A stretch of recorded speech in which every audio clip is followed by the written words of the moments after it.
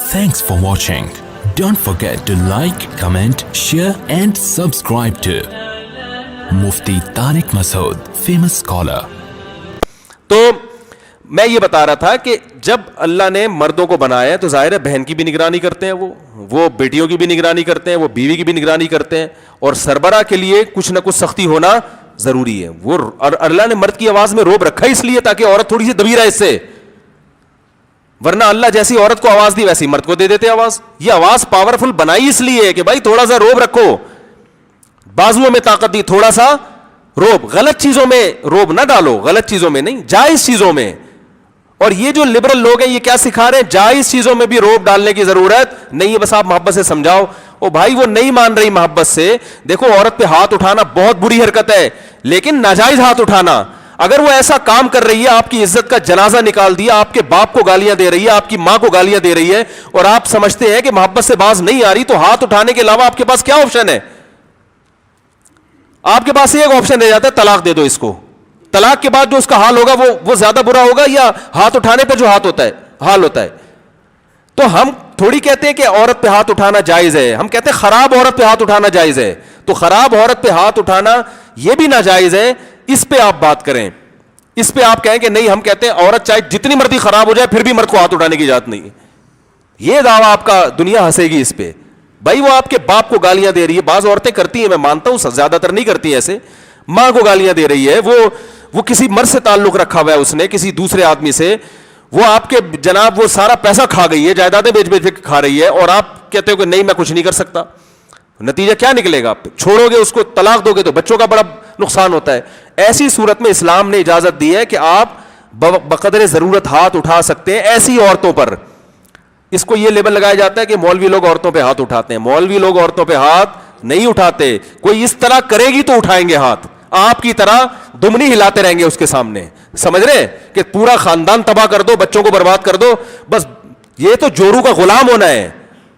نبی صلی اللہ علیہ وسلم نے ارشاد فرمایا قیامت کی علامات کیا, ان تلد الامۃ ربتہا, باندی اپنے آقا کو جنے گی. تو جس کا روب ہونا چاہیے اس کا نہیں ہوگا, جس کا نہیں ہونا چاہیے وہ. تو یہ تو قرب قیامت ہے کہ عورت شوہر پہ حکومت کرے گی. عورت سے محبت کرنے کا حکم ہے, اسے آقا بنانے کی اجازت نہیں ہے. آقا آپ ہو, گھر کے سربراہ آپ ہو. اور اسی میں اور صدیوں سے ہمارا یہی کلچر چلا آ رہا ہے. میرے والد کو جب غصہ آتا تھا, میری والدہ اپنی آواز کو پس کر لیتی نہیں, بھائی باپ ہے. اور جو غیرت مند ہوتا ہے نا, جب وہ غصہ جاری کرتا ہے اس کی تلافی بھی کرتا ہے. ہم نے اپنے گھروں میں دیکھا ہے, مرد اگر کبھی بیوی سے اونچی سخت الفاظ میں بات کر لے گا, گھنٹوں گھنٹوں بیٹھ کے پھر منا رہے ہوتے ہیں. اس کی تلافی ہو سکتی ہے کسی بھی طریقے سے, چلو یار آؤٹنگ پہ چلتے ہیں, کچھ کھانا کھا کے آتے ہیں, چلو, کیونکہ رہنا اس کو پتا ہے اسی کے ساتھ ہے, اس کا موڈ آف ہوگا تو مجھے فائدہ کیا ایسی شادی کا. تو پھر موڈ آف کرنے کے بعد پھر وہ آن کرنے کی بھی کوشش, جو فیوز اڑایا اس نے بھائی, تو فیوز بحال, الیکٹریشین بھی یہ خود ہی ہے نا. لیکن آپ جو کلچر جو اس طرح کی عورتیں دے رہی ہیں عورتوں کو کہ مرد نے اگر ہاتھ اٹھا لیا یا غصہ کر لیا تو یہ بہت گویا, یہ تو بہت ہی بڑا ظلم ہو گیا. اس کا نتیجہ یہ نکلے گا کہ اس سے گھر ٹوٹیں گے. جب مرد کو یہ احساس ہوگا میں اس گھر میں صرف خانسامہ ہوں, میرے ذمے صرف کھلانا پلانا ہے, چلے گی میری اس گھر میں نہیں. مجھے یاد ہے ایک کیس آیا میرے پاس, وہ خاتون جو تھی نا بہت ہی بگڑ گئی تھی, بہت بگڑ گئی تھی. تو ان کے میاں سمجھاتے رہے, یہ دیکھیں ایکچولی 5-6 سال ایکچولی میں نکال دیا انہوں نے. وہ طبیعت سے بگڑ گئی نا, تو مجھے فون پہ کہتی ہیں وہ کہ میرے میاں میں اتنی غیرت ہے, تو میں جب بگڑ رہی تھی اس وقت اس نے 2 تھپڑ کیوں نہیں لگائے مجھے, ہے بھائی. ٹیلی فون پہ مجھے بتا رہی ہیں کہ میرے میاں میں اتنی غیرت ہے تو مجھے محبت سے کیوں, مجھے 2 تھپڑ لگاتے تو میں اس برائی سے بچ جاتی. میں نے کہا دیکھو اور بالکل صحیح کہہ رہی ہیں کہ آپ یہ ثابت تو کرو کہ آپ کو اس بات سے بہت, آپ کے لیے یہ عمل بہت غلط ہے. تو پہلے محبت سے نہیں سمجھ میں آ رہا تو پھر خراب عورت پہ ہاتھ اٹھانے کی اسلام نے اجازت. اس میں بھی بہت ساری شرطیں لگائی ہیں کہ چہرے پہ نہ مارو, جانوروں کی طرح نہ پیٹو, باندیوں کی طرح نہ مارو, غلاموں کی طرح نہ مارو.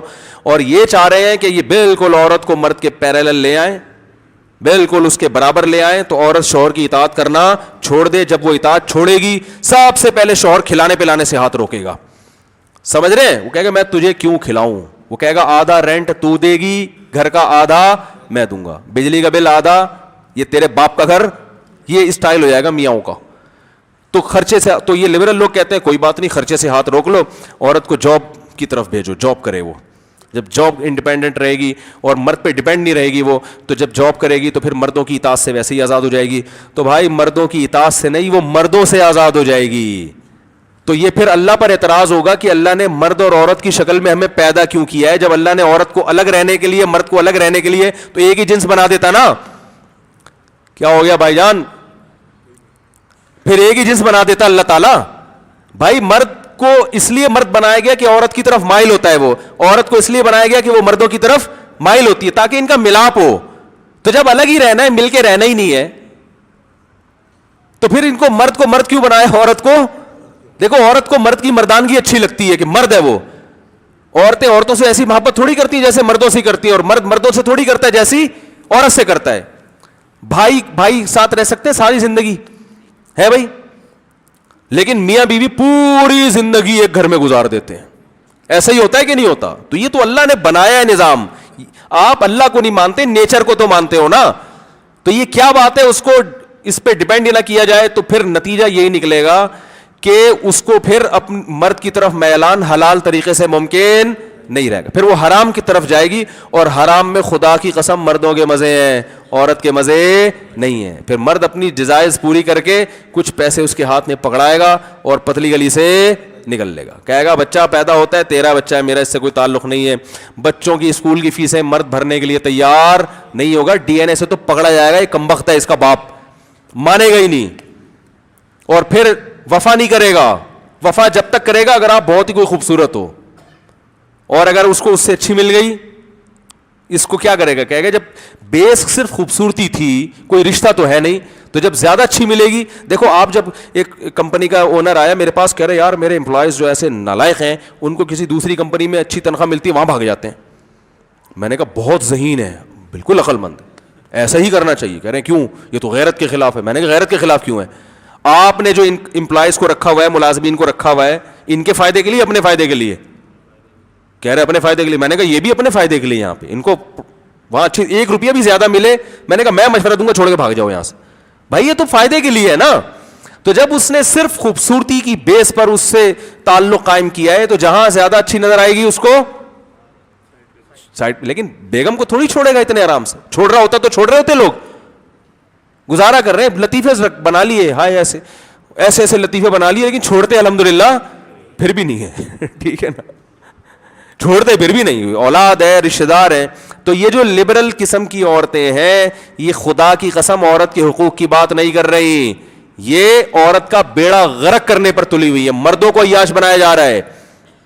تو ہاتھ اٹھانا پھر بتا دوں اچھا کام نہیں ہے, لیکن خراب اگر کوئی عورت ہوگی. اب دیکھو میں اپنا جو واقعہ بتا رہا ہوں, میں بغیر سلام کے آیا, میرے بھائی نے کہا واپس جا کے دوبارہ سلام کر کے آؤ. میں نہیں جاتا دوبارہ, اور وہ مجھے تھپڑ لگا دیتے. میں کہوں بڑے بھائیوں کے خلاف جلوس ہونا چاہیے جو چھوٹے بھائیوں پہ ہاتھ اٹھاتے ہیں. یہ میرا مطالبہ درست ہوگا؟ بھائی اگلا کہے گا تم نے تھپڑ سے بچنا تھا تو کتنا ٹائم لگ رہا ہے یار واپس جا کے آنے میں, ہے واپس جا کے آ جاتے. پھر بھی اگر تھپڑ لگاتا پھر آپ آواز اٹھاتے. کیا خیال ہے بھائی؟